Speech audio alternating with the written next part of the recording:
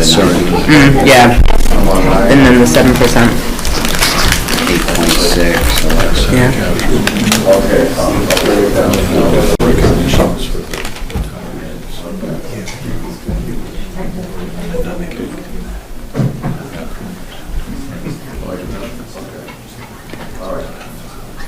This is crazy.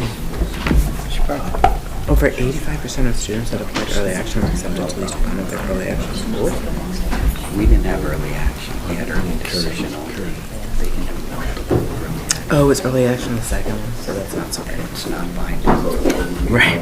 Early decision. See, to be truly celebrated, you need to be on camera. See,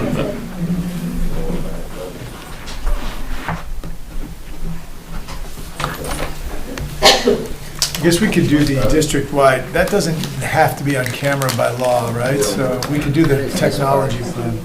I will just formally acknowledge here, as Patrick's getting the camera ready for the meeting, that you'll see on board docs, public hearing for the district-wide safety and emergency management plan. This is official public hearing, which we're required to do. We're live now? Okay, well, I'll start over again. So we opened up this meeting in executive session about an hour ago. So we're continuing the meeting now with the public hearing for the district-wide safety and emergency management plan, which can be found on board docs. This is a hearing we're required to have yearly regarding the plan for emergency management. So we'll just ask the audience at the time if there's anyone here who has any comments they'd like to make about the plan, which has been on our website for the past 30 days. Okay, again, you'll be able to find that on our website. If anyone listening is interested regarding the plan for... You sound excellent. Okay, so that concludes the hearing for the district-wide safety emergency management plan. We will now move on to some announcements briefly, if you want to run through those, Sure. Bill. Okay. Fortunately, there are only 2 announcements relative to those waiting for the next item, which is the retirement recognition. But the 2 announcements are important. Tomorrow's the last day of school for all students, and tomorrow evening is the high school graduation. At least one person in the room is very thrilled about that. Is that correct? So I think now we can, there's more later, but after we honor the retirees. Okay. So for Those juniors always run in late. Yeah. It was, we just moved. It's Right. not 7:30, it's 7:21, Gus. Right. Gus, this better not be like what's going to happen next year. Okay, so now for those watching at home that can't see, we have an audience full of retirees and their families, which are at the same time great to see and sad to see. And so with that, I'm going to pass the meeting over to Dr. McCursey, whom I believe with Lynn Walker is going to present for all of you. Thank you.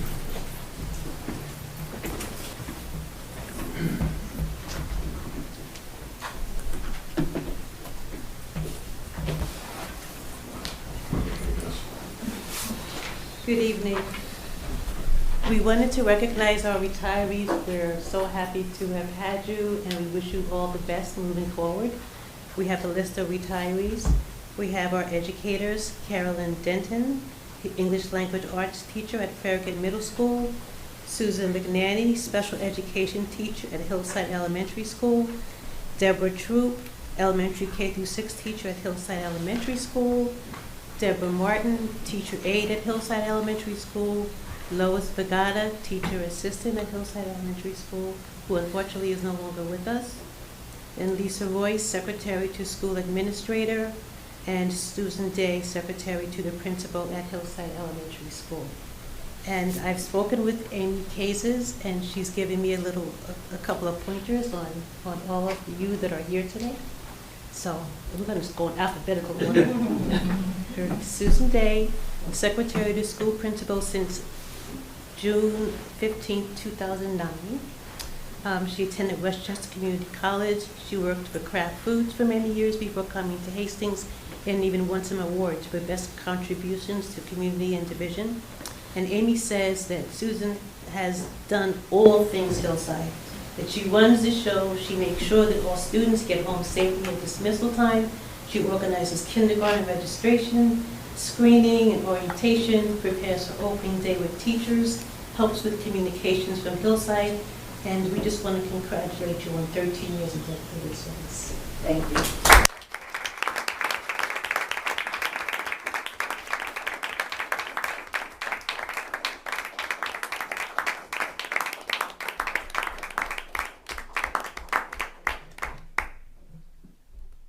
Next up is Debbie Martin, teacher aide since, he's ready. You can come up and stand.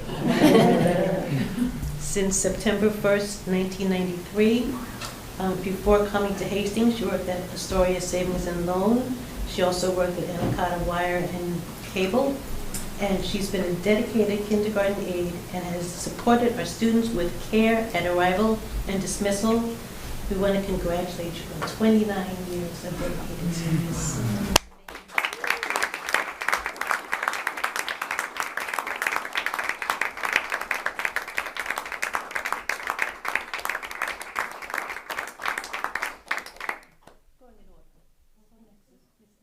Susan McNanny.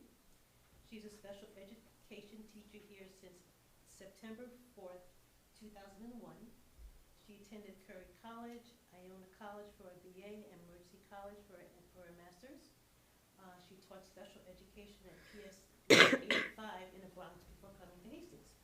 She participated in summer learning in July 2020 and has worked at almost every grade level and has successful partnerships with a variety of co-teachers, extremely flexible and student-oriented. Congratulations on 21 years of dedicated service.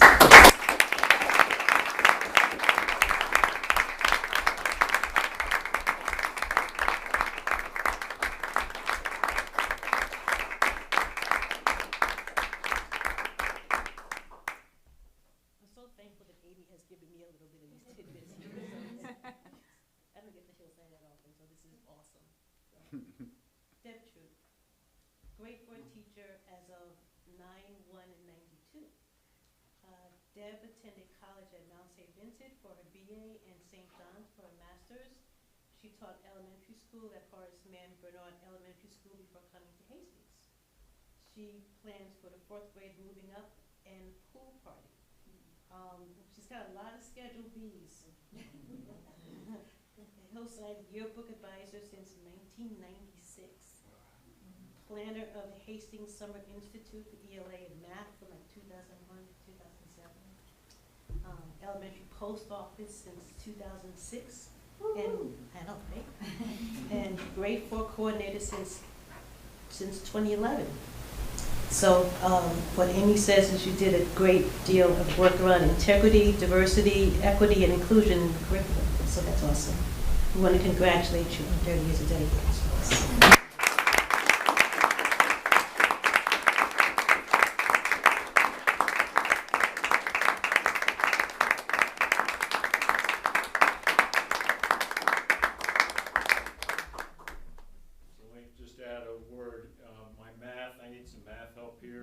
I think I'm counting up 13 plus 29 plus 21 plus 30. Does that get me where, quick, fast? 83. 83. I've been here a year. I wish I could be where you are for the 83. I spent a lot of time up at Hillside this year. So I think it's fitting that the 4 Hillsiders are here. But 83 years of service combined. That's a phenomenal school. And that 83 years is just paying dividends and will pay dividends going forward. Some of you don't know me that well, but as I had to send you back notes and I was double checking, do I accept this retirement or not? With great regret, everybody said, I saw, and they said, is it so true that I just saw that letter? And they said, yes, we love the place, but we're ready to retire. So thank you so very much on behalf of everybody here. And I know many others could share great words, but in the least, hear my great tall words, thank you. And Lynn, thank you for helping make this celebration truly a celebration. My pleasure. Now, Mr. President, I understand there may be some cake or something, but that's up to you as to how this meeting flows. Sure, yeah, I mean, cake for sure. Who's cutting it? Bill, were there any other Is names? there other, yeah, I wasn't sure if there were any other. But these are, who's, Those were all Hillside. Those are Yeah. Hillside only. all those. And are Bill, attendance. okay, thank you. Yeah. Okay, Just and one. only is in attendance, okay. Yeah, let's take a break and let them have Yeah, cake. everyone, so- everyone will receive a certificate, but they'll miss out on what just occurred. And the cake. missed the cake. Okay, so, Take a 5-minute let's, break. let them eat cake. That's Take a awesome. 5-minute break. Thank you. Thank you.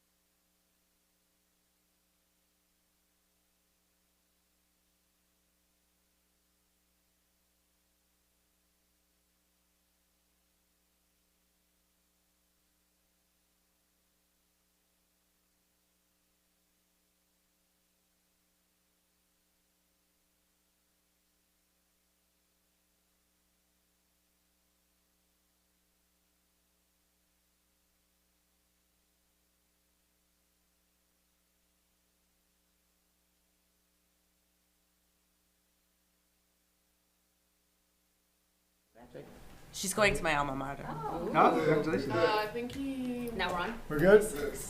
Okay. Oh, so he's younger. Mics than I are am. back and That's so live. funny, by 6 years. That's so funny. Yeah. You're gonna All right. great. Okay, welcome back from that little interlude there. We had, for those of you who are at home, we had cake here, and hopefully you had something nice at home as well.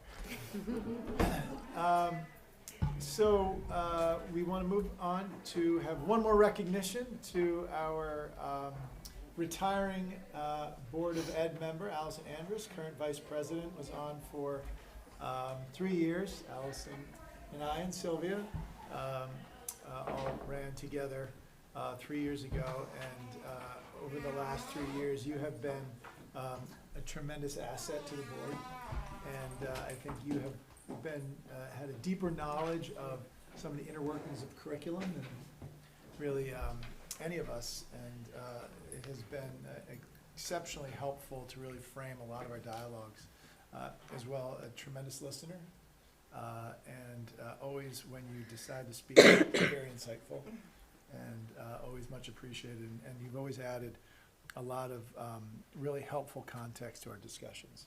So I know you will be deeply missed by me, I'm assuming by others as well. And we do have for you a parting gift, not cake, but flowers. Thank you. Oh, so nice. Thank you.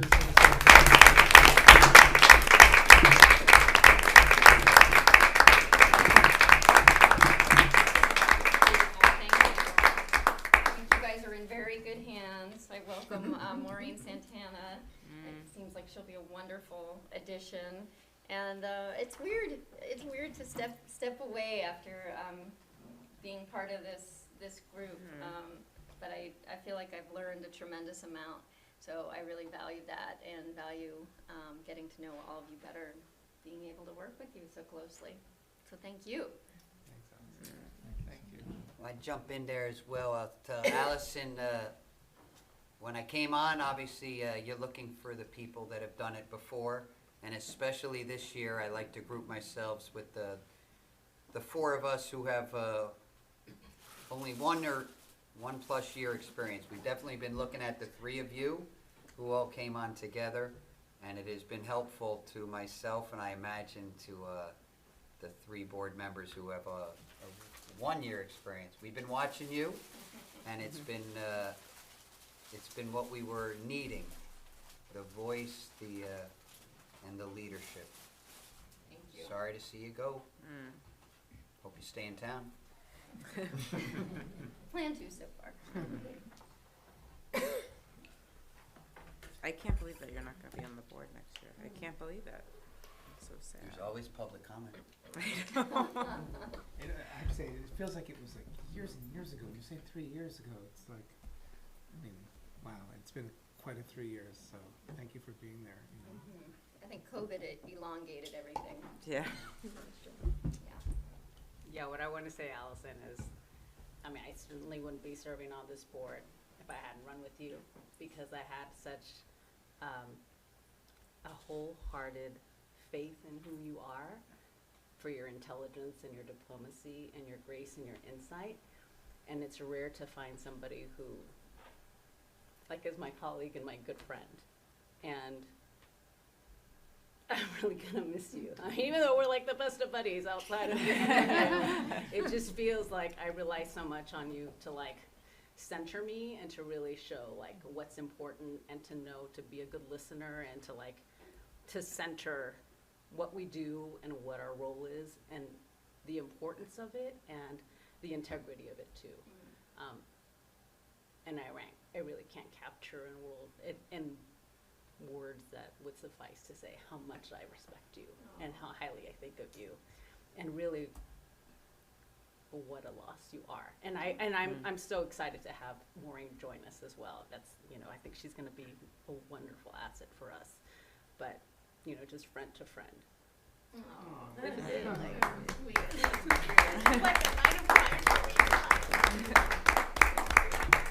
You can never say it better than Sylvia. I can't even try. Because she always picks the perfect words every time. I would just say the exact same things back to you. I couldn't have summed that up better. running, definitely would not have ever done that alone. I can't imagine handing out flyers and shaking hands without Sylvia there with me. So, yeah, it's been quite an experience. And you guys are lucky that she's staying on. You know she has a gravitas and when she speaks, and you don't speak all that often either. But when you do, you always summarize what's going on and you speak from knowledge and from your heart. And we always feel that. So I think you guys are in very excellent hands. Thank you. For the administration. Do you have something you want to say, Dave? Please. So I think it's appropriate, Allison, that speaking for the administration, Melissa Marie may want to add something, even Melissa D., but maybe I'll capture it.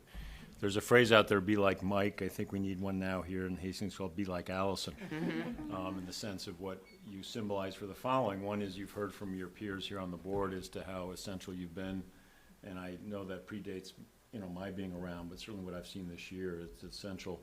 But I think a great board member knows that two other sets of interactions that matter out to the community, the residents who elected you and your colleagues here. That has to be exquisite, and you make it exquisite in terms of the understanding. And then also then the connection into the district through us as the three at the table, the four, counting Melissa D. very much here at the table. But then everyone else we're trying to represent, and yes, sometimes hold accountable, but certainly represent. And then fundamentally to the students, understanding where they are and understanding their needs. And there's a phrase I like to use, and I use it sparingly, but it's somebody brings me the truth, and you bring us the truth, and you bring it in a way that we're going to listen. Because there's so many people trying to bring the truth, but you don't want to listen because they just, the way you're coming at me, forget it. But I mean, you bring the truth in ways that we really want to listen.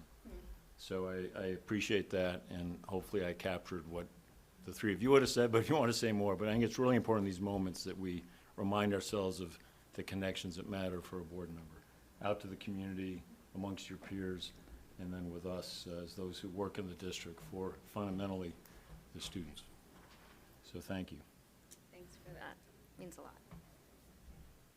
I also wanted to say thank you and really recognize that you have always sought to have full understanding of things, and you've taken a constructivist approach, always a student-centered approach.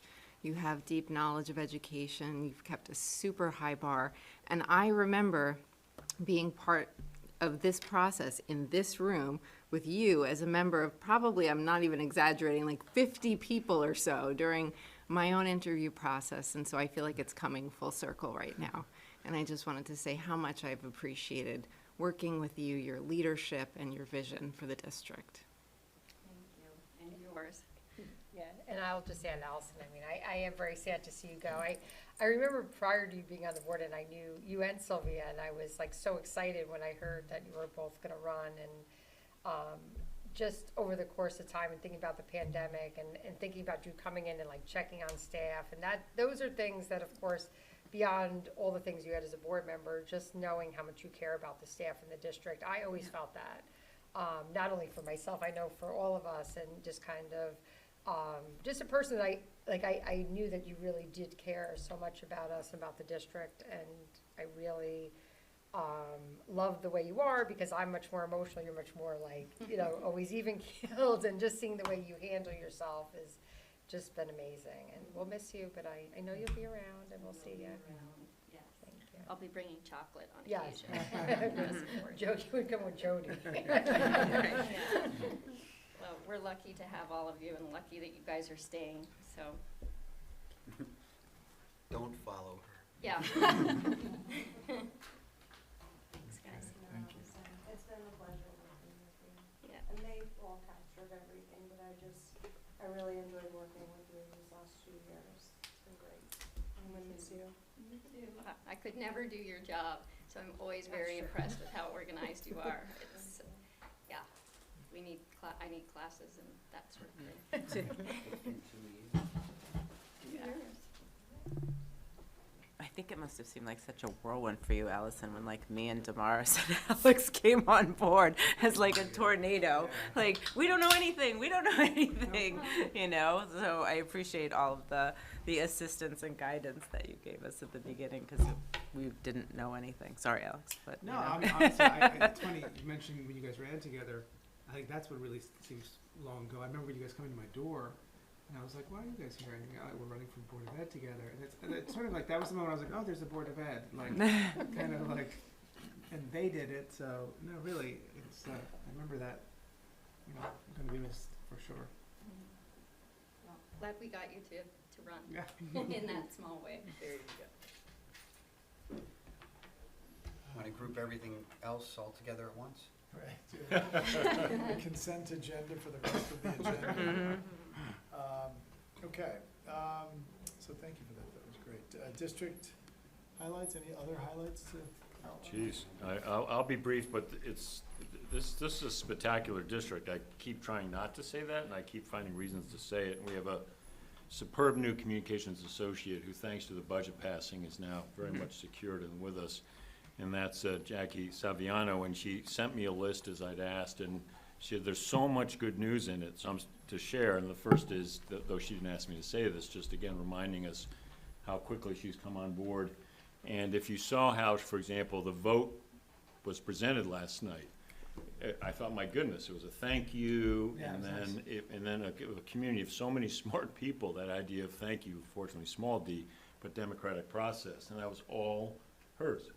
And so she has a great eye. So I think that's a piece of the good news.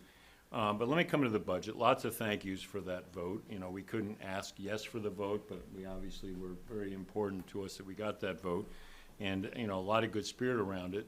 And I've been using new phrases lately, but here's a new one, and I'm going to turn the corner quickly. It's the McCare shirt moment, meaning that starting on the 14th of July, we will start working with the board on what's our schedule for this coming year so we can start talking about the budget, and Maureen agreed with this, talk about it early and often, so that we can really make sure that when we hit the election vote, for the board next year, wow, I'm really with it, for the budget, election board, get it, you know, okay, where my brain went, vote, budget, that we can make sure we have a very strong yes on that first go-round.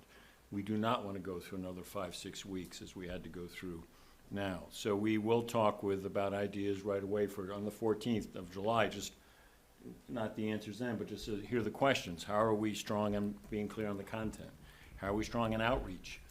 How are we strong in communications? How are we building into the fall schedule? Because you will, as a board, vote on your meeting schedule on July 14th, but layering into that early, at least some work sessions and all the rest, so we can get out front on this.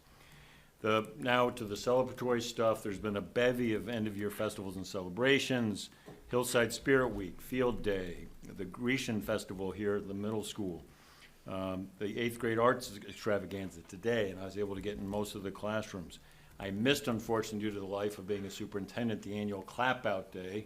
I don't know if you were up there, Sabine, at Hillside, but I heard it was quite marvelous. And the already celebrated Jackie videotaped it and has found a safe way to get it up on our Facebook and other social media places. And it might even appear in my final Friday letter of the year. I mean, Jackie's already thinking about how to make those letters a little more multidimensional, but we'll see. But then there was this is the time of year for the Pivotal and the Pinnacle. Senior Scholarship Awards last week, more on that in the letters coming up. But I have depth and background in scholarships. I have depth and background in community stepping up. So when I see something like that, I have perspective. That type of generosity over many, many years for named scholarships that honor people from Hastings, both who've been to the schools and not. I mean, it's truly paying it forward and giving back. And it was multiple awards and very, very important awards. And in some ways, those last scholarship, those last gift awards to really help round out the opportunity for school is really, really important. So that's something not to be missed or forgotten about here. It's really a key part of Hastings. The 4th grade moving up ceremony, some of you were there both to attend and as parents. The space was magnificent. I'm not overstating it. I think it really, really worked well. And Amy was so nervous that she didn't hear herself saying to me, you know, this is the first time we've done this in this room. I don't know what we're going to do. And I thought, well, Amy, it is the first time, you know, and you pulled it off beautifully. And then the Friday night moving up for the middle school was I thought first rate. One of the fastest moving up ceremonies I've ever seen. I think moved it through in about 50 minutes. That was quick. And then obviously tomorrow night's graduation for at least one of us here. We're praying for it to be dry. Mr. A has that decision solely. I have nothing to do with that decision. I'll leave it to him. And then today was the 8th grade career day. So a lot going on. And very pleased that I have nothing to say about COVID. Ever again. That's the end of the That's the report hope. for today. Good place to start. Okay, thanks, Bill. We'll pass over the student report for Sabine's final report. Possibly some words from Gus. All right, so I'm going to do a little report before I talk about how great Sabine is. Just on wrap up to school, I think it's been very successful. Finals week is done. Everyone made it through. I don't know of anybody that's in the hospital as a result, so that's kind of in the district. But I think it is really notable how connected kids are with their teachers, how much emailing is going on, how much sort of late night Google Classroom posting that's happening. There's this real sort of culture of support that I think is pretty powerful. Even though it's a tough time, a lot of tests, a lot of stress, there's this really nice kind of framework and tight-knittedness that's going on in the high school. That's not a word, but that I think is pretty special, and it kind of pays off, whether grades are good or bad. I think people are, it's kind of it's a way to wrap up the year that kind of encapsulates kind of like the Hastings feel. It's it's intense academically, but there's a lot of support, and I think it went well, even though everyone's happy to be done with it and on the other side now. Some other less stressful stuff, the Project Share big annual fundraiser just happened. Sort of this big outside community party and car wash. That was really successful. I think we raised about $2,000 for the Thanksgiving dinner, which fingers crossed will be happening in the high school gym next year, which is going to be fantastic. I'm super excited for it. Sports are starting up for the spring. We're having captain's practices a couple times a week for cross country, which has been awesome. We have a ton of participation from middle schoolers, and I think that's true across all sports. So everyone's sort of gearing up for the fall season. I know Hudsonette is getting all ready to go as well. So I think that fall season's going to be really excited, and people are going to be working throughout the summer to be ready to compete, ready to have awesome games, matches, sports stuff. So that's really exciting. We also picked our next student rep to the board, Eliana Carvalho, who's a rising junior. She's fantastic. She was her speaking skills put me to shame, but she was fantastic in her interview, so I think you guys are going to love her. She's going to do a great job. The last thing, before I talk about Sabine, also just summer, what people are doing for the summer is awesome. If you talk to people, high school, middle school, about what they're doing, the amount of service, the amount of classes and jobs and sort of learning that continues into the summer, into the, when people could be just sitting at home playing video games the whole 10 weeks, people are doing some really awesome stuff, not even just science research. And there are people that are going onto farms and messing with different solar films. It's awesome. But then there's so many people that are also doing these, working as lifeguards, working as in stores, people that are taking classes at colleges and working at camps. There's so much diverse sort of learning and helping and service and work. It's just kind of this awesome reflection of real critical thinking and actually doing real stuff that I think happens in school. So that's kind of awesome. And then now on to Sabine. I don't know what I'm going to do without her. She's been so helpful for me and an inspiration to me to figure out how to do all this stuff and be confident talking in front of the whole board. And she always gives the best reports and is so organized and does not show up 20 minutes late every time. I'm aspiring to be, but I think she's set an example for what board liaison should do that I'm going to try and keep up. I think we're going to try and keep going, but we're going to miss you.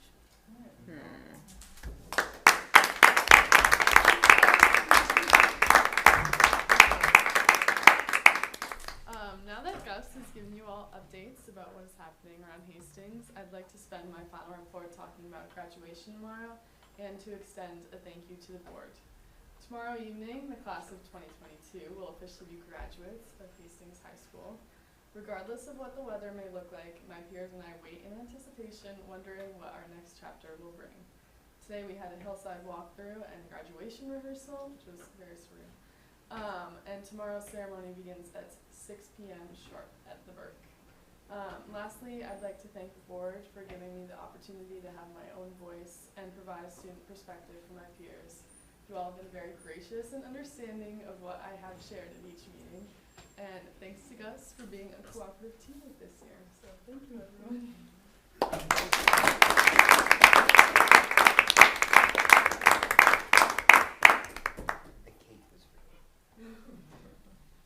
I'll just say, really want to thank both of you for your service, and Sabine as the departing liaison member. Gus will be back. Just really appreciative of how you not only just reported but engaged in the conversation. And I think that you've set an example. There have been years where the board liaisons haven't done that as much, and you both set really an example with your lead, Sabine, and really being a member of the board and adding the voice. I think it's a really critical kind of avenue for us to really hear what's going on in students' minds. We don't get that as much. We maybe get what our own kids tell us, but that's not really has the same, some of us don't have high schoolers, and it doesn't have the same really trying to assess what's on the minds of many and bring it to us. So it's been super helpful, and I think you've set a great example, so thank you. Yeah, I would just second that, that it's like, all of what we do is on behalf of students here, but you guys, even very briefly, you make it very real for us, and that's an absolutely critical component of it. So you've done a great job of it and set a standard that I hope, to Doug's point, continues on, after you go. But it's been a pleasure having you. Yeah. Especially the year Allison had and the year Sabine had, we were flying blind during hybrid, during, back in. That's and right. She can love it. the perspective that Doug was referring to, we were desperate for smart student leadership, and you definitely brought it for 2 years. So thank you, thank you. Yeah, I really appreciate not just the reports that you guys do, but there have been many times where I just turn to you and ask you a question about your opinion and like what's actually happening, and it's always you're so well thought out and really caring, and you clearly understand what's happening, even if it's not your particular issue. You clearly look and see what's happening to the school, and I so much appreciate that perspective, because Alex is right. It reminds us all like what we're really doing here and what you guys need, and it's no wonder Holy Cross accepted you. All I would say is that I really appreciate the prism through which you see these presentations, which are oftentimes like dry and kind of like, hard for like the public to hold on to. And like you guys sit here and actually listen to it and say, this is the real take on this. Like, this is what actually is happening when you guys are thinking about, how much staffing we have with nurses, like, how kids are wearing their mask, what they're doing to like, recycle those masks. Like, all of those things are like real life takeaways that we don't necessarily see, because we see like sometimes a more philosophical, like in practice, what we think should happen, and you guys give us like the real lowdown. And so I appreciate that, just from a like detached board member and mom perspective. So thank you for that. I've been impressed with how long you make it through these meetings. Oh my God. That's definitely stood out to me, and just how articulate you both are. And although you're feeling very old because you're going off to college, not everybody speaks so clearly and so thoughtfully in front of a camera and other adults, and you do every single time. And that's very impressive. So it helps us understand better, but good for you. That's a real skill, and you've mastered it. Thank you. Okay, public comment we will skip, as there's no public present, and we'll move on to future steps. I'll pass the meeting over to Jeanette Coker. Thank you. Hard act to follow, kids. I'm going to present a little dry, but before I do, I'm going to be that person that's going to give you the numbers. But to make you guys come alive as much as I can, I want to congratulate you. You guys have had a rough year. This has been a very interesting college season across the board. Sabine, you know, because you've been in it. And Gus, you've heard a lot about it, and you're going to be in it next year. We're hoping the landscape changes a little bit because it does change year to year, and we'll navigate. But you made it through, and you're onward and upward, and this is like a big culmination of all that hard work that you put in and everything that the school has offered you that you partook with, that everything that the board has supported, that the administration supported, that the teachers connect with, that you guys connect with them, and your people. You're not just these numbers that I'm going to put up here. All right, so I want you to know that, and we love you to pieces, and we're going to miss you terribly. We miss every one of our classes, and I get emotional about it because it's like our kids kind of going off, but not our kids. But I'm so happy for you, and I love, love, love when you guys come back. Just a little anecdote, I've had a couple of students come back. They've done a couple of transfers for various different reasons, and it's so wonderful to talk to them about their experiences and what they have gained from coming from here and brought it out and moved on and what they're accomplishing. And you're right, Gus, there's a tremendous amount of talent out there, and what kids are doing is amazing, just from what I even heard. Somebody's climbing Mount Kilimanjaro this summer. I was very impressed. Okay, so a little dry note. All right, let's see if I can work this thing. All right. There we go. I thought I'm pointing it. I can do that. Is it that one? Oh, okay. Whoops. Back. Okay. Front, back. And I have one of these, a standard show. Okay. So just a few, like I said, some numbers.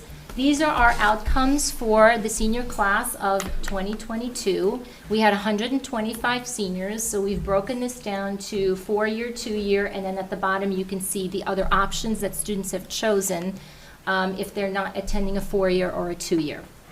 The 4-year we've broken down to a public in-state, a private in-state, a public out-of-state, a private out-of-state, and the non-US colleges, which are obviously colleges overseas.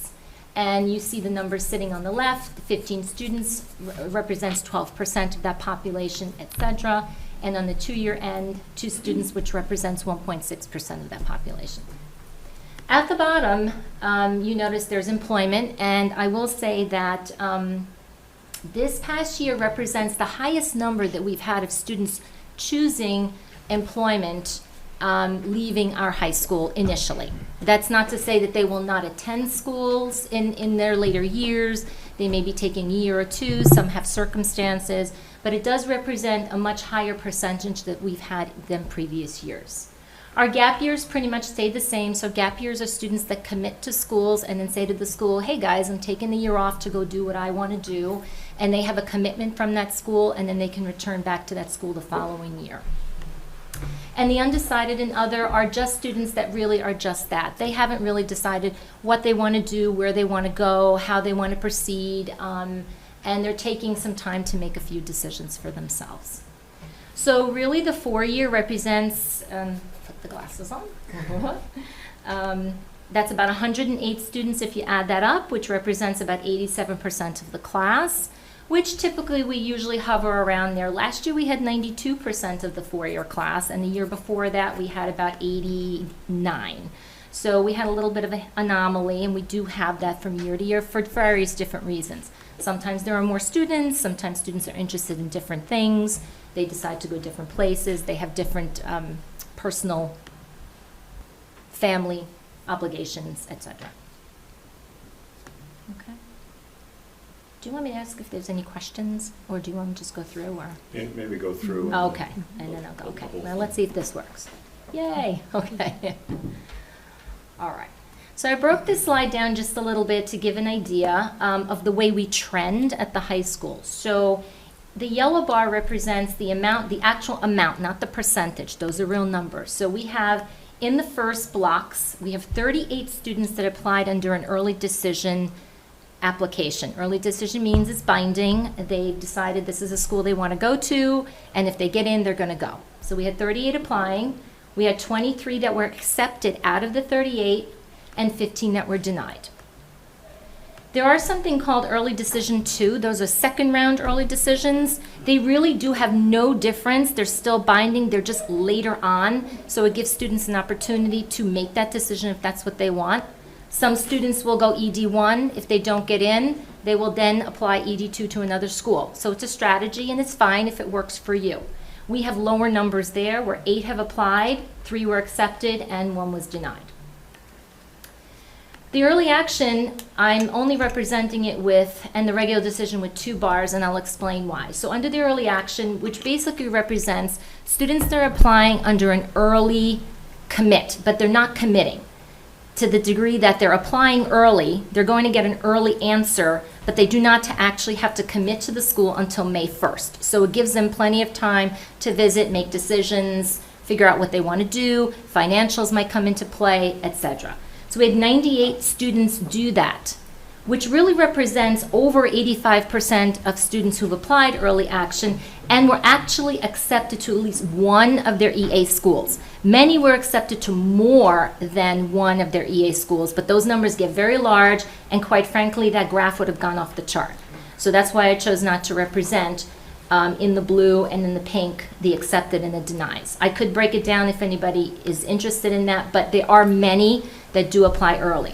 So just looking at those numbers, you get a sense that our students like to apply early, they want to move ahead, they get it all done, usually by December-ish. Most have applied someplace and then are just waiting for some answers to come in and are making a second strategy, if need be. Out of the regular decision, that's exactly what it is. It's just a regular decision. About 116 students applied regular decision to many schools, and many were accepted. About 75% that applied were accepted to at least one of their schools or more.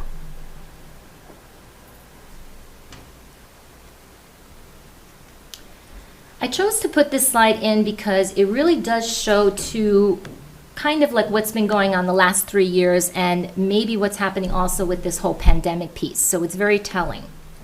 So over the last 3 years, we've seen a big spike really in the 2022 applications.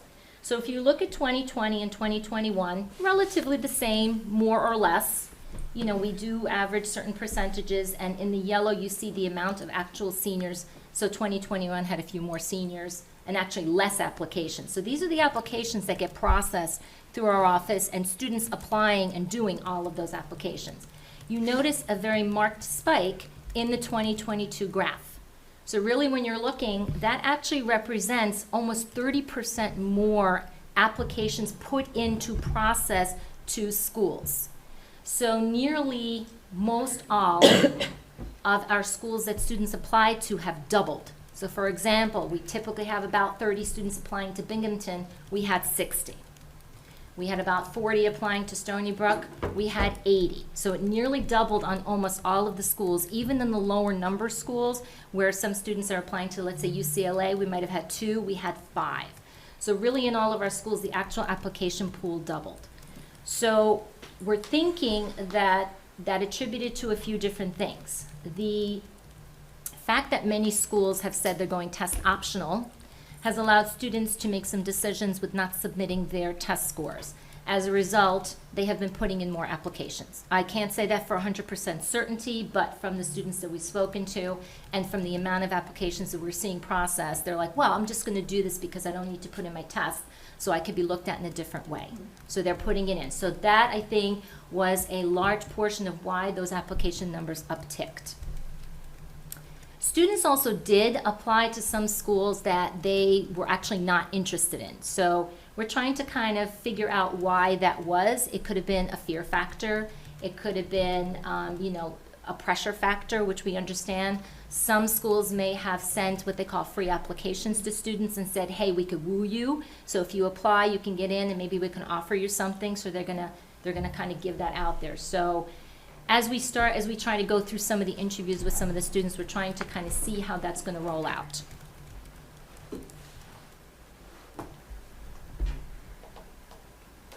And then finally, just general takeaways. So we did see a rise in overall in-state school applications, both public and private, as I mentioned.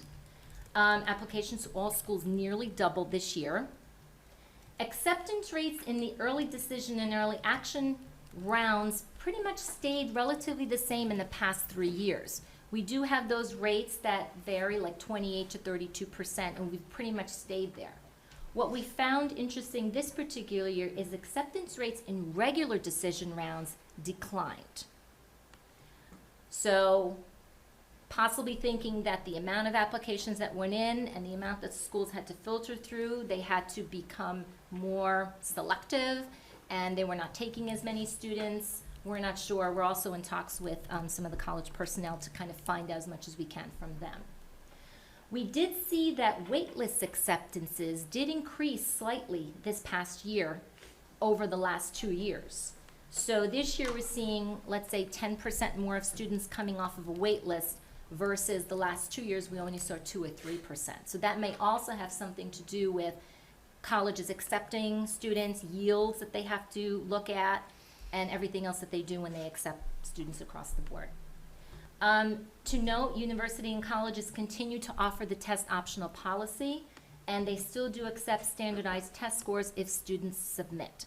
Some schools, and I'll throw Colgate out there, just gave us an email that basically said, we're doing this until 2026, which in my opinion is a huge commitment for a school to go that far out for a school that has never been a test optional school. All right. And there are schools that have been test optional schools for many years that have their process pretty well defined, pretty much under the belt. Colgate was not one of those. So for them to make that commitment, it sends a certain kind of a message that we're going to start looking into. And that's my dry I'll jump in presentation. first. Go ahead. Test optional Yes. schools, they're still looking at their whole transcript though.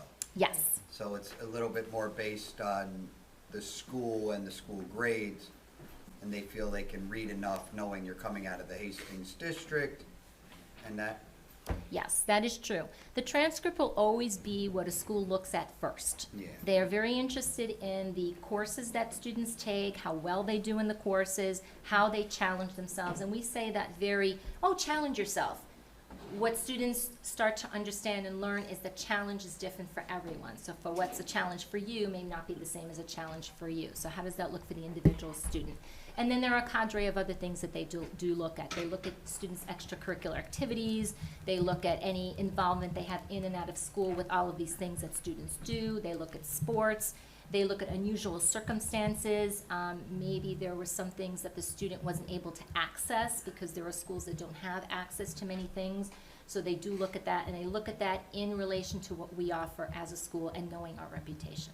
Test scores do come into play, and this is the part where it's kind of hard to advise because while they're test optional, they're still accepting test scores. So how does a student get looked at who does not submit versus a student who does submit? And that's, I think, been the big overarching question that students came in with, parents came in with, we've been trying to kind of figure out, and we can say with rest assurance that they've done the best job that they can with taking the candidates that they feel will be qualified for their schools.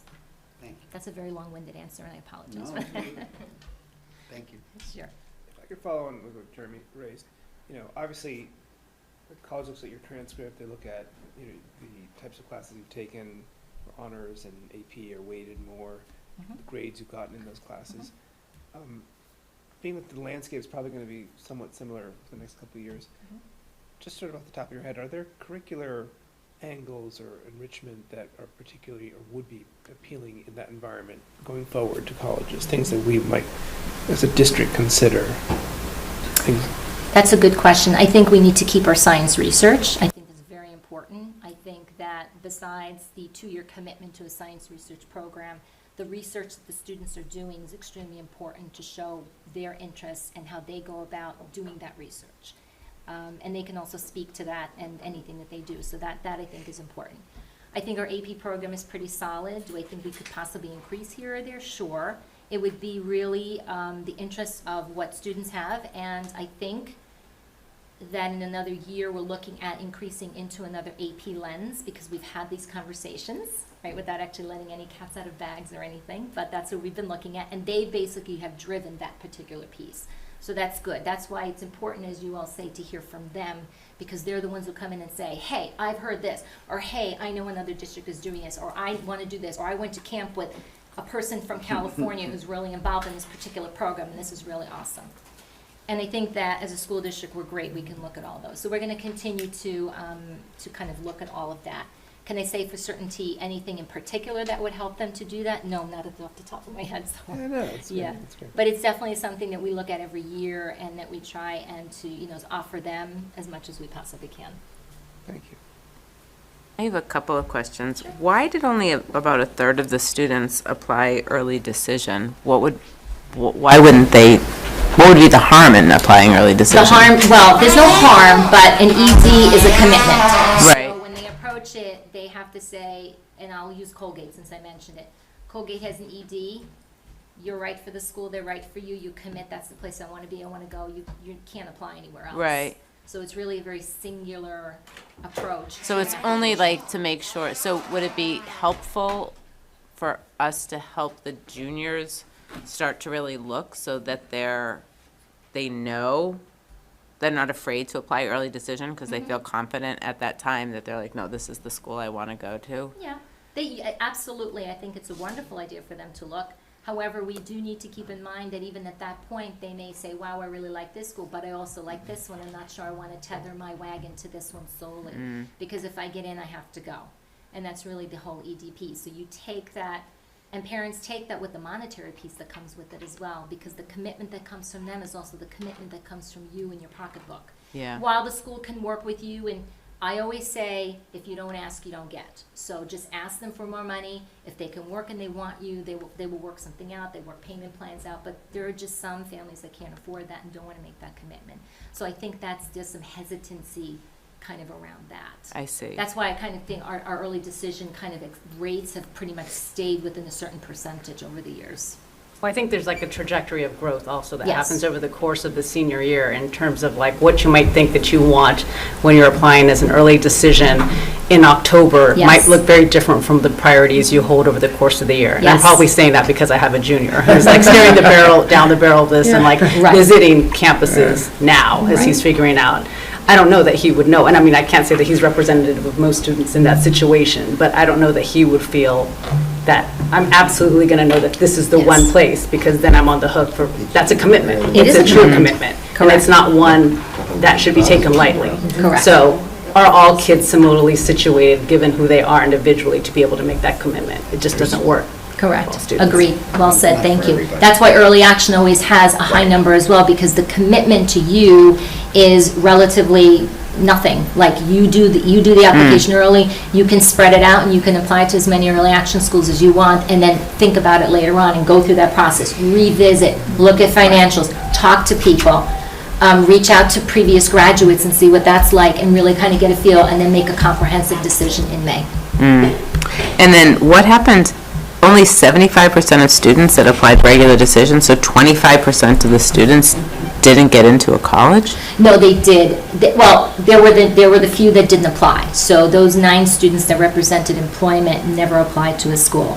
They made a conscious decision from the very beginning that they were not going to go. This was not a time for them, and they're going to go off and do something else. So that's part of that. And some of those regular decisions, some students only applied early action. So they never applied regular decisions. So that's okay. probably some of that percentage as well. Got it. And then finally, it must be harmful for the students when you double the amount of students that apply to a school, because, I don't know, what were you saying, Stony Brook or Purchase or whatever? I mean, normally schools only say, like, if they're looking, they're like, Hastings, I'm going to take like 2. I'm not going to take 8 people from Hastings. So it kind of, is that true? Or does It that could be true, but they're trying to do a very good job not saying I'm only taking 2 or we've only taken 2 in the past. They're really trying to look at students as whole people, to think about, are they right for this school? Are they just throwing, because I'm going to say, and many people don't believe this, but it's the truth, these guys have been in their business for a long time, so they can really see when a student just tosses an application in versus somebody who might be really qualified for the school, or kind of maybe sitting on the fence, or maybe has had a couple of meets with the school. So there is a little bit of that going on. Sometimes the state universities are not that way, only because they do have a lot of applications because they're state universities. So I'm talking about SUNYs here, but yeah, but it does. And then exponentially speaking, if our students did that, the other schools did the same thing. Dobbs did it, Ardsley did it, and let's go on and on and on across 50 United States, across international lines, across everywhere. So you can imagine what schools are looking at when they went from a pile here to a pile here. So it was a little sluggy, I'm sure. When do we start talking to students in high school about, you might want to start thinking about college, let's talk to your counselor about, what year does that happen? Freshman, sophomore? In past years, it's always happened kind of at the end of sophomore year into junior year, because they're kind of, their trajectory is focused on taking upper level courses like the APs, as we've said over here. But we're seeing now that students are moving in earlier on that. So now we're going to be moving a lot of this to a 10th grade conversation, with the delicate balance of not trying to overwhelm students with, saying, you have to do this, because I think that even as gentle as we can be, I think that they feel it from each other, they feel it from us, and there's this like, I'm gonna keep quiet, but I'm sitting here, wanting to, so you're kind of feeling that, okay, stop breathing on my neck, I got it kind of thing. So it's always gonna be a balance of that, so earlier now. Right. Yeah. Is there anything that, Sabine, that you can recommend based on your experience that could be improved? Well, I do think that the guidance department does handle it really well. I just know that, like, student-to-student communication, there is a lot of pressure that develops. Like, there were a couple of... Like competitive pressure? Yeah, like, there were a couple of super papers written about it this year about how sort of competition, and also it could be pressures from, like, family members or stuff like that. Like, that really makes the process way more intense than a lot of people, like, thought it would be. So, I mean, I don't really know what, like, exact solutions could be sort of implemented for that, but definitely the, like, student-to-student competitiveness is the thing that I think affected most of the students the most. Can you just remind us when counselors start to draw up the list of schools with students? Is it? Sometimes there's like something flying in my face here. Yeah. Typically that happens at the junior meeting, because really students have done a little bit of research prior to that. Some have already gone with siblings to campuses. I know COVID kind of kiboshed quite a few of that live stuff for you guys especially. So the virtuals, some schools did a great job, some not so great. We made do with what we could.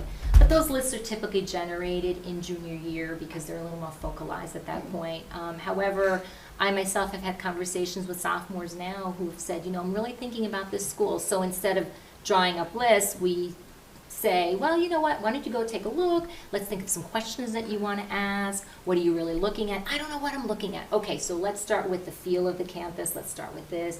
I don't want to go where my sister's going because that's too close, so we have these kinds of conversations. So they're kind of gentler conversations than actually saying, okay, here's 20 schools, go look. So, and some students already have their list. Like they use us very differently than other students do, so we kind of go with the families and how the students need what they need.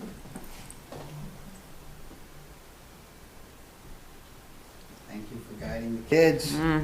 Thank you for letting me. Thank you. You're wonderful, thank you. Thank you. Okay. Thank you, Jeanette. And you're free to stay or go. I'm assuming go is the option, but we'll move on to. What international schools are the kids going to? I'm just curious. Before we move on.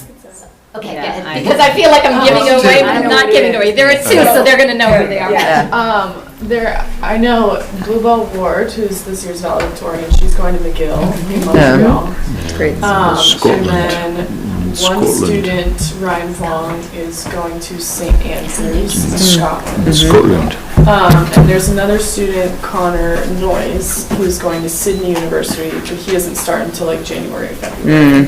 Nice. That's fun. So cool. That sounds like fun. Right? Yes. To go too. So, of those 9 that are going right to work, are any of those military service? No. And do you guys work with, like, ROTC at all? We do. If students want to do ROTC programs, absolutely we do. We've had a few in the past here and there, but not many students are that interested in that. There is a commitment that students have to put into that, and I think that that's sometimes a little scary of a commitment to put in. And, it's ideology as well, but we do have all branches of the military do come and visit, and they will speak to students about what that means to be a part of that and what levels there are for that. So we do have that, but no, we have not had military in a few years. Yeah. And sometimes we have students that take a non-traditional approach where they'd like to take a gap year, and they'll involve themselves in partnership with a university, and they'll do some research, and they'll be working, so to speak, in the field, but more in an internship role. And then they'll be using that as the stepping stone to discover where they wish to go in terms of a next step. So that happens as well. And actually, Gus, if I may just pick up on that, I mean, I don't know what you've done here in Hastings before in terms of giving this information to the board or not. I mean, one thing we talked about was, one, the label this being future steps, because even though it is a heavily college-oriented community, you saw the 9 there. I didn't know it was going to be 9, but I've worked in places much more balanced, and so you want to really honor and respect, and especially as families are facing some more difficult financial situations, career steps become thoughtful. The 2+2 becomes a thoughtful option, so you may want to, we need to be honoring and respecting all of that, the military piece. My dad and uncle were put through the college by first generation. One for NRTC and Air Force, they wouldn't have gone. So these are great questions. So but thank you. Again, not sure what came before, but this was really helpful, clean, clear. It was not dry. It was very alive and very useful. So I actually have one more question. I'm so sorry. See? Gap year seems so, I love the idea of a gap year. I wish I had taken a gap year. I think everybody should take a gap year. Does that tend to increase and decrease, or is it pretty much the same? It's usually like 2 to 5 kids. That's pretty much exactly it. It's 2 to 5 students that do that, yeah. And they have special interests in other things, but, and I'm going to be honest with you, some students apply to a school, they commit to a school, they do the gap year, and then they're not sure they want to go back to that school. So they do that because, as you heard Melissa say, something gets like, oh, you did this, oh, you could go here, or oh, it's, as Sylvia said, something that I had wanted before, but now a year and a half later, there's growth, or there's movement, or there's an interest in something else, and they kind of move on to something else, which is awesome and great. It's really about figuring out what you want to do. But yeah, that pretty much stays like that. But I have to say, the reason why we kind of say, if you're unsure and you really want to do it, do the application stuff with us, because then you walk away and even though we always welcome, I work with past graduates that come back and say, listen, I made the decision. I meet with them on Zoom, I meet with them on Google Meets, after school, because they're working jobs and they want to do applications and they need some help. We'll always help them. It's a little harder because of the connectivity is not as much as connectivity as you have, running into my office like right now. But we'll still work with them, so. And if I may, Jeanette, it's always dangerous to think out loud in front of the board, but you and I have chatted about this. It's one thing where I go, it's one thing then how long does it take me to finish, and when and where do I finish? So that's something we've talked about. And Naviance can give us some of that information, sometimes it can't, but you agree that's something we should begin looking to in Hastings, because unfortunately, as we all know, and I've lived this a long time now, there's a lot, it's that premier school, I want that name school, but that doesn't translate into the best match nor the persistence rate that you want. And it's getting that good match, because I think the better districts are going to, and I'm setting us up for a challenge here, but the better districts are where you're going to have a very high percent within about 5, maybe 6 years finishing. We know that there's about 30% are dropping out at Thanksgiving, not in Hastings nationally. We know that nationally 50% finish. And so, anyway, but you and I have talked about that. That's something we want to look at going forward. There's a wonderful book. The title is "Where You'll Go Is Not Who You'll Be." 4 years ago. No, it's great. So thank you. This was really good. We should make that some reading. Thank you. Good night. Thanks, Jeanette. Okay, moving into business items 8A. We've got a lot of items here, 24. Anybody have any questions about any of those items?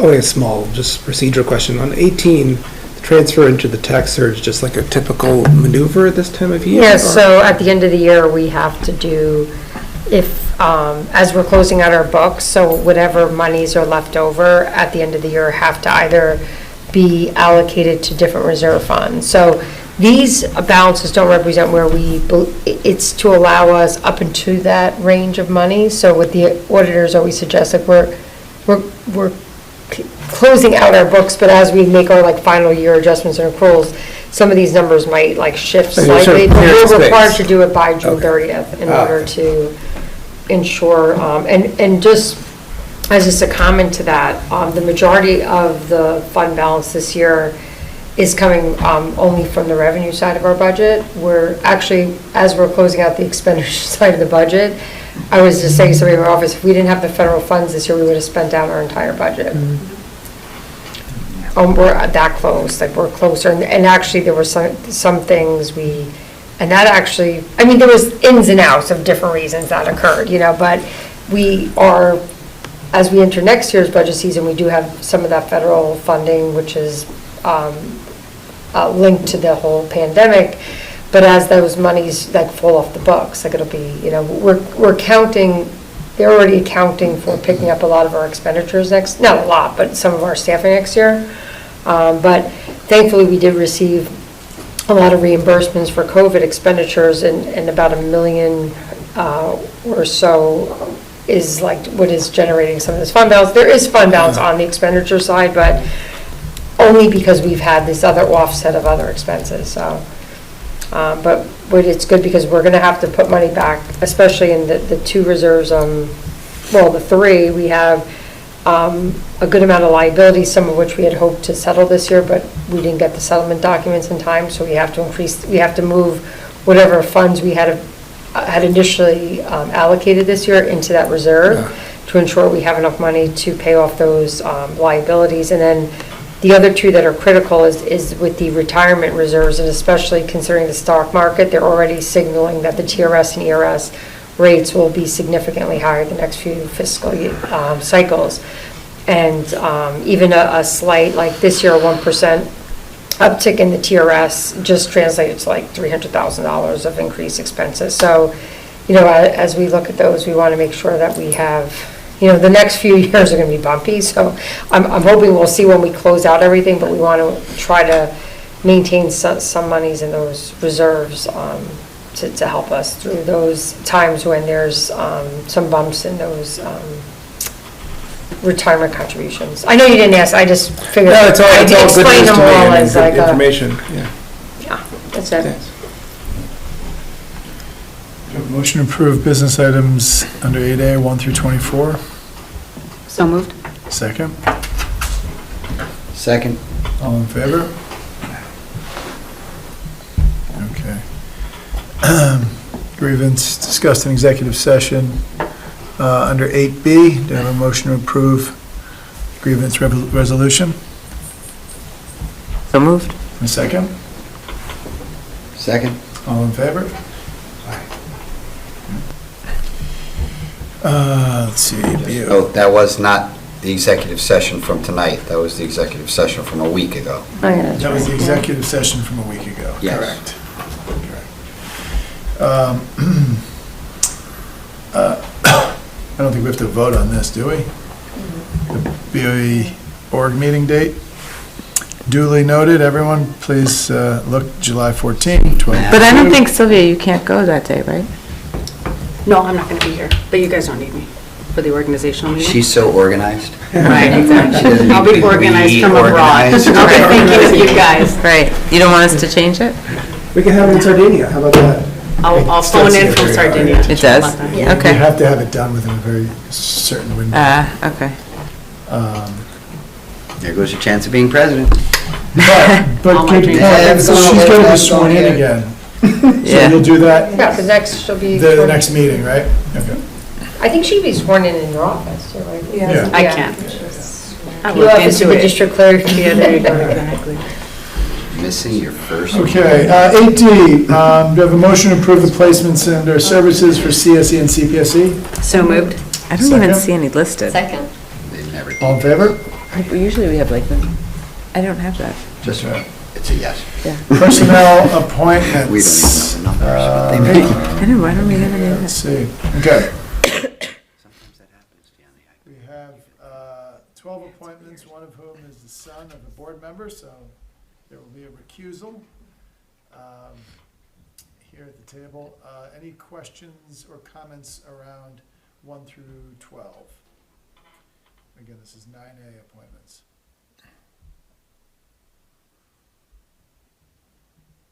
Okay. Do I have a motion to approve 1 through 7 and 9 through 12? Excuse me, 1 through 6 and 9 through 12? And a second? Second. All in favor? Okay. And separately, do I have a motion to approve item number 7? And 8, you said 9 through 12. We'll do Okay. 7 and 8 together. 7 and 8. 7 and 8 will do. So moved. And a second? All in favor? I guess Jack will only get 6 votes. That's okay. 5. 5 votes, right. Sorry, Jack. That's Thank you not for a working. reflection on you. Okay. Summer help. Oh, we just skipped her son for one of the. Yep, absolutely. I'm Okay, with you so now. personnel items, 9B, do I have a motion to approve amendment under 9B? So moved. A second? Second. All in favor? Okay. Resignations. We have a motion to approve 2 resignations under 9C. And a second? Second. All in favor? And leave of absences, we've got 8. Do I have a motion to approve 8 leave of absences under 9D? So moved. And a second? Second. All in favor? Okay. 10A, does anybody have any comments regarding minutes from 6-9? Okay,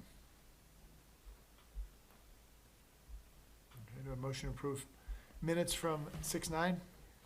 So moved. A second? Second. All in favor? Okay, policy first read. 3 policies? Yeah, this is the pretty quick work from last week. Student liaison representative policy was just sort of codifying what the ad hoc process had been, and I think the language was written up very carefully to reflect our procedure. With input from our student liaisons, which was helpful. That's 2245. 1400 was public complaints. That was not much change on that. The main thing was that 1405 is complaints about certain federally funded programs. And it seems it's sort of stipulated by state policy that those complaints follow a different pathway because they are sort of a higher level pathway. And so these had been combined in one sort of mishmash policy, and now they've been separated into sort of the local 1400 policy and then 1405 is complaints specific to these federally funded programs, which are listed in there. So just sort of boilerplate stuff. And if I just might add, thank you, Gus, thank you, Sabine, for being a resource on the student liaison. The policy committee sent me out to do some fact-finding, and you were part of that, and also the faculty advisors. Mr. A, we talked to, and then brought all those notes back through legal for write-up and then to the board. So it was very, very helpful, your input. And your several ideas that you were quite substantive in supporting or providing critical feedback on, which brought forward to the board committee. Thank you. So when you read this, it should feel very familiar, the policy. Does anyone on the board have questions regarding these 3 policies? Read through them, they look good. Thank you, everybody on that committee. Okay, we'll keep moving. Second public comment. Again, there's no, excuse me, I missed district-wide safety emergency management plan. Do I have a motion to approve? Just one quick question on that. Maureen, this is the 2020-2021, so how often do we, Oh, wait, that's. Is that the wrong date? Yeah, that's the wrong date in there. okay. No, No, you have the right one, and for some reason, just the title the of date it is, didn't yeah, get- the date, like, with just the title of that file. Because there was probably a slight modification, we just updated off of the last one. Yeah, so it gets reviewed and updated each year. Okay. For the most part, there's not a lot of, like, there may just be a tweak here and there, typically just to reflect if there's new staff and things like that, and then anything that would be necessary to change from a state perspective, but. So it's the date on the file name, it's also the date on the cover page. Yeah, that one needs to be. So, Did you two grab one spots. off of the- Okay. Okay, But it is our 41-page plan that we're approving for. but yeah, so we will confirm it's the right plan for updated January 2022, is that correct? Yep. Yeah, see this one, all right, it is grabbed, the wrong one was grabbed in here because it has Valerie's name in it. I didn't even look at those attached. Numbers, Yeah. actually. Yeah, so it's not the one, it's reflecting the one that was posted, which is, the only changes that were, yes, the only changes really were to reflect new staffing, like who are the new Okay. folks here. And just to confirm, the one that's been on the website for the last 30 days was the 2022 one? Okay. Okay. Let's see what we got here. Do you want to put that, Jump to agenda review? yeah, do you want to put that one back up, and then we'll just come back and vote on that? Once you put that up, just so that we're, She's putting it up now. right now, okay. They may have been like, Jump to 14. Yeah, we'll jump to 14 and come right back. Do you have agenda review, Bill? You've just confirmed your next meeting's the annual organizational meeting. You did receive an email from me today that we moved a pretty significant document report out of tonight to July 14th. So that'll be your main substantive. Sorry, Sylvia, you'll miss that, but you'll get the report in plenty of time. That is the State of the District end of the year. All the contributors contributed well in advance. It was early June deadline. That includes Melissa. It'll have an academic, social, emotional focus. We won't go into business operations in it. It's good. There's a lot of meat in it. It's qualitative, it's quantitative. And I could have had it to you today, but as I said in the cover note, that would have broken my rule of getting things to you at least several days ahead that are substantive. So you'll have it in plenty of time to look at.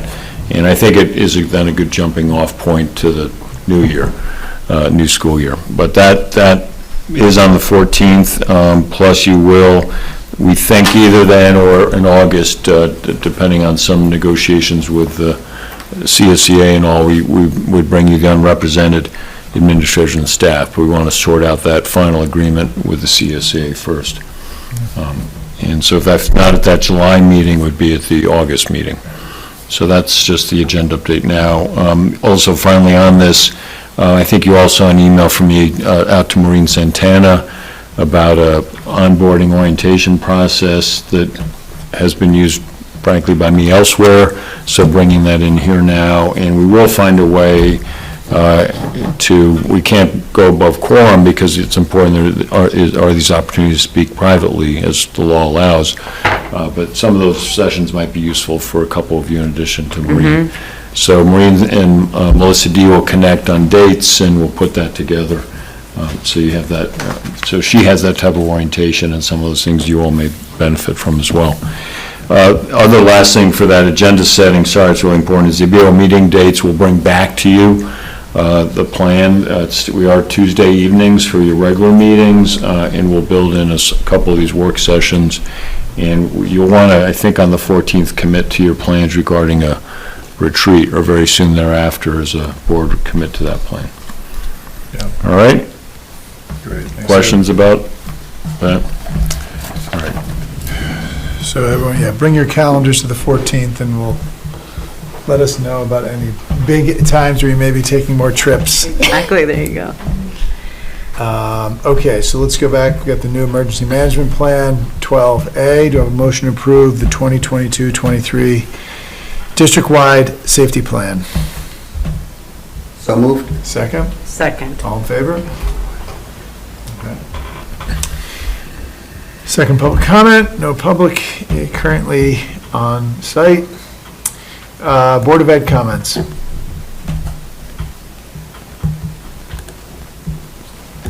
Thank you, Bill, Melissa, Maureen. The school year's wrapping up, and this was what we hoped for, an excellent year, not just because of the way COVID broke, but because the way leadership led us.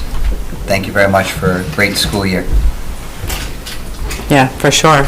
We couldn't predicted last September what June would look like, right, in any way, shape, or form. So thanks, guys, for all your hard work. Thanks, Bill, for staying with us and not just leaving screaming in October. And then I'd like to continue the thanks all the way down to our teachers and staff in the building. This year was what the students needed. Our student comments were positive the whole year round.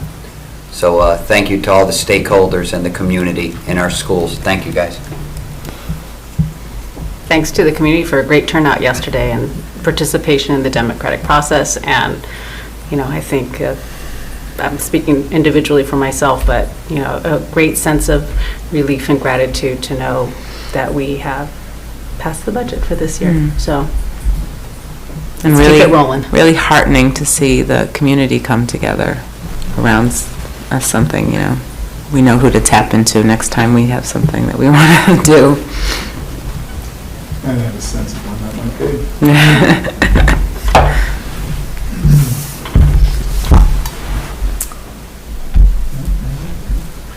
Thanks for a great year. I'll keep it short and sweet. Appreciate everyone's commitment, support.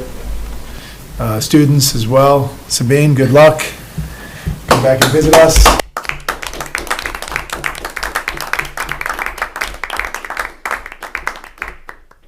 And as well, I'm thankful to be on the other side of the budget vote now and have more clarity for the year ahead. You ready to have a motion to adjourn the meeting? Should come from Allison, I think. So moved.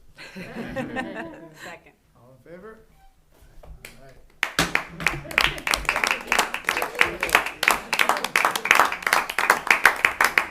Thank you to Patrick. Yay.